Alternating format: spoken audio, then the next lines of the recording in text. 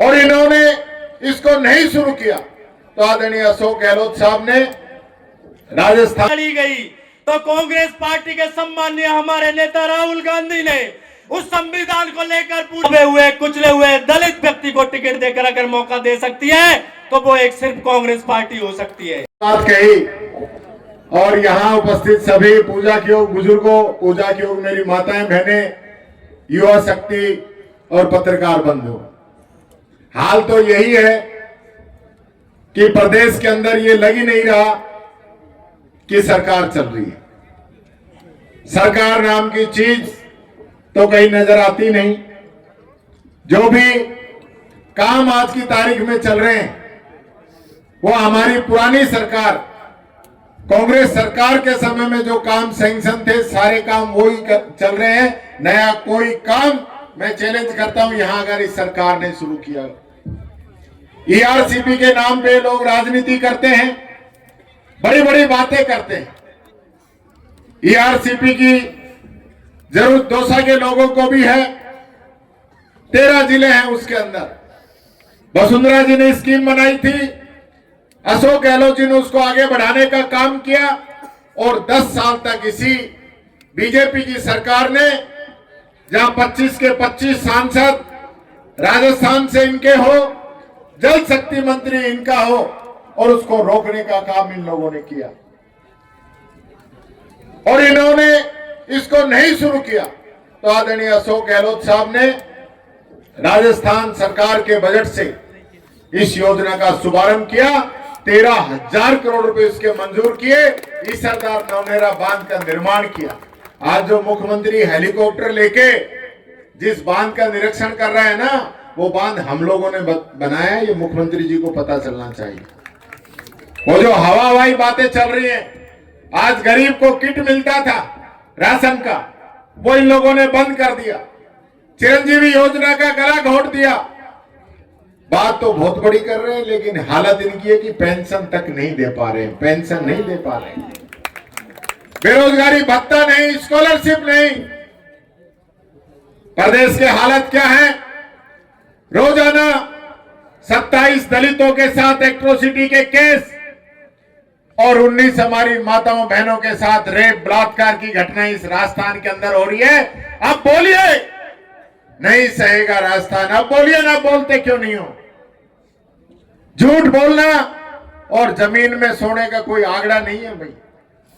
आप लोगों ने देखा होगा, मैंने एक बात कही विधानसभा में, तुमने सुनी नरेगा वाली बात? बिल्कुल साहब।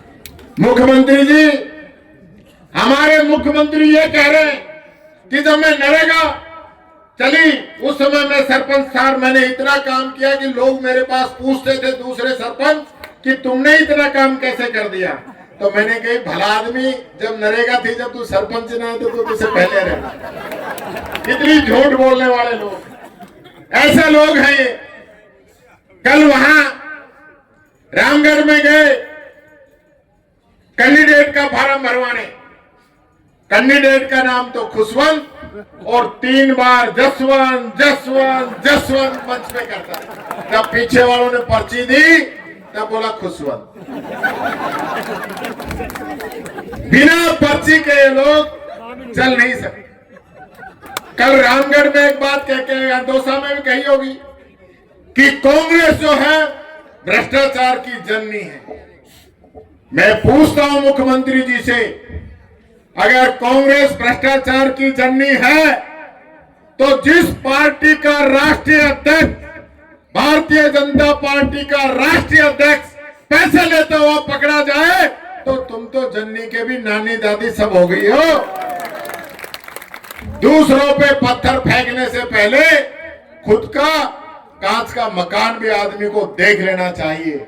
मुख्यमंत्री जी नए नए बने हैं, जमीन पे पैर पड़ नहीं रहे हैं। बहुत ही ज्यादा जो है हवाई मामला चल रहा है। और यहां जो हालत है, बाबा ने इस्तीफा दे दियो। मुख्यमंत्री अब उसको मंजूर करे कि नहीं करे, ये दोनों की सेटिंग चल रही है। दोनों मिले पड़े हैं क्योंकि टिकट नहीं दे तो किरोड़ी बाबू को हटाने की साजिश रच गई। ये सारी बातें इनकी चल रही हैं। इसलिए साथियों मैं आपसे कहना चाहूंगा, 5 साल में एक बार मौका आता है जब इनकी आप बाबा साहब भीमराव अंबेडकर के दिए हुए संविधान की ताकत से आप अपना नुमाइंदा चुनते। आज वो मौका आप लोगों के सामने है। मैं धन्यवाद देता हूं दौसा को कि जिन्होंने लोकसभा में भी विधानसभा में भी यहां से कांग्रेस के कैंडिडेट को मुरारीलाल मीणा जी को, जो बहुत ही मिलनसार और आपके एकदम दिल की आवाज विधानसभा लोकसभा में उठा रहे, ऐसे व्यक्ति को चुन के भेजा। आज वापस आपके सामने एक चुनौती है, क्योंकि देश के अंदर आज जो ताकतें हैं, जिस प्रकार से चुनाव को कंट्रोल कर रही हैं, जिस प्रकार की धांधलियां चुनाव के अंदर हो रही हैं, और यहां भी राज का ये फायदा उठाना चाहेंगे। मैं आप लोगों से कहना चाहूंगा, कांग्रेस का एक एक कार्यकर्ता भाई डीसी बैरवा के लिए तन मन धन से आगे आए और मेहनत करे और इनको जिता के विधानसभा में भेजे, और विधानसभा में इनका इलाज करने के लिए टीकाराम जूली और पूरे हमारे नेता, हम सब लोग इनकी बैंड बजा रखी है विधानसभा के अंदर। एक एक चीज हम निकाल के लेके आते हैं और जनता को बताते हैं। इसलिए मेरे हाथ भी मजबूत होंगे, कांग्रेस भी मजबूत होगी और राजस्थान की जनता भी मजबूत होगी। इसलिए भाई डीसी बैरवा जी को जिता के भेजिए। बहुत बहुत धन्यवाद। राम राम साहब। पार्टी की सरकार ने उसको तोड़ मरोड़ करके हमारे 3 करोड़ लोगों को बचाने का चुनाव वो था आंदोलन, उसको तोड़ने का इन्होंने काम किया और ईआरसीपी को ठंडे बस्ते में काम डालने का काम किया। जब इस देश में किसानों की बात आई, जब इस देश में 13 महीने किसान बॉर्डर पर रहे, तब मैं उस 13 महीने इस देश में किसानों के लिए इस बॉर्डर पर बैठा रहा। ये लोकतंत्र को बचाने की जब लड़ाई लड़ी गई, तो कांग्रेस पार्टी के सम्मानीय हमारे नेता राहुल गांधी ने उस संविधान को लेकर पूरे प्रदेश और देश में गली गली और मोहल्ले में जाकर उस संविधान की बुक को बताकर उस संविधान को बचाने का लड़ाई लड़ी। और मैं कहना चाहता हूं, ये लड़ाई आज भी अनवरत जारी है।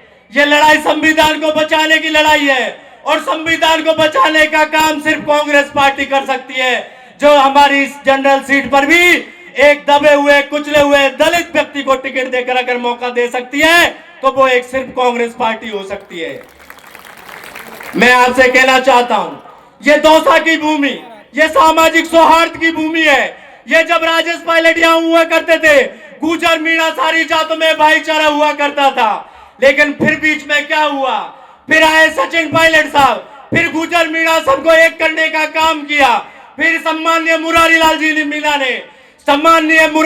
मीणा ने 36 कौमों को एक साथ जोड़कर इस दौसा के विकास को नया आयाम देने का काम किया।